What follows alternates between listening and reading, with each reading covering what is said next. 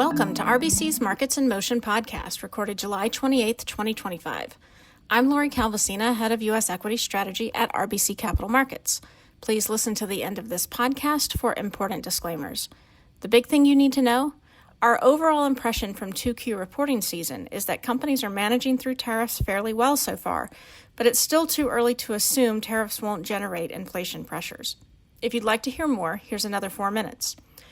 This past week was the first one with both volume and breadth in reporting season, giving us a sense of the story that's emerging, but the narrative could still change as this upcoming week sees well over 150 S&P 500 companies report. Key takeaways from our earnings call transcript readings so far are: first, the overall tone still seems fine but not fabulous, as we observed last week. We do think that week 2 sounded a bit more mixed than week 1, which had mostly been financials. There was just greater sector diversity last week. Uncertainty, unevenness, ongoing challenges in certain markets, cost pressures, consumer caution, delays in decision-making, the fluidity of the tariff environment, interest rates, and difficulties forecasting remained key themes for some companies. Meanwhile, others emphasized resilience along with greater stability, consistent business conditions, healthy corporate balance sheets, improving sentiment, a desire to push forward among their customers, and easier comps coming up. Overall, companies seem to be managing through headwinds, though some are doing better than others or sound more confident about their ability to do so going forward.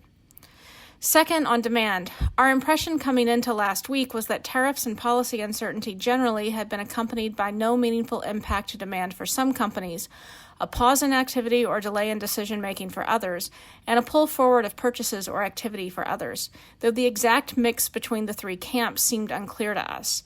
That generally remains our impression after going through last week's transcripts. We did find a number of companies in all three of those categories and think we're still in a discovery process here as to how this will end up shaking out.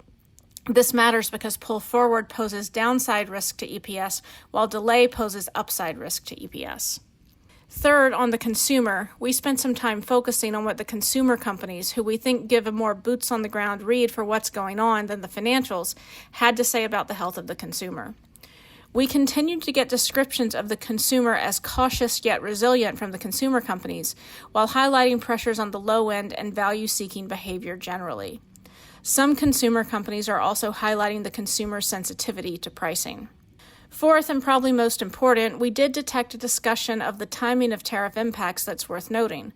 We took note of 5 different companies from the consumer goods and industrial sectors that discussed how tariff impacts were set up to hit in the second half of 2025. This helps to keep us in the camp that it's too early to write off potential inflation impacts from tariffs, as many investors have done.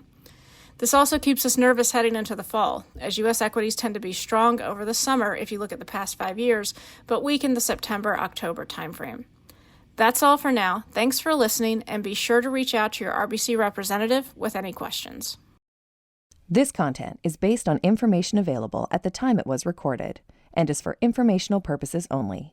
It is not an offer to buy or sell or a solicitation, and no recommendations are implied.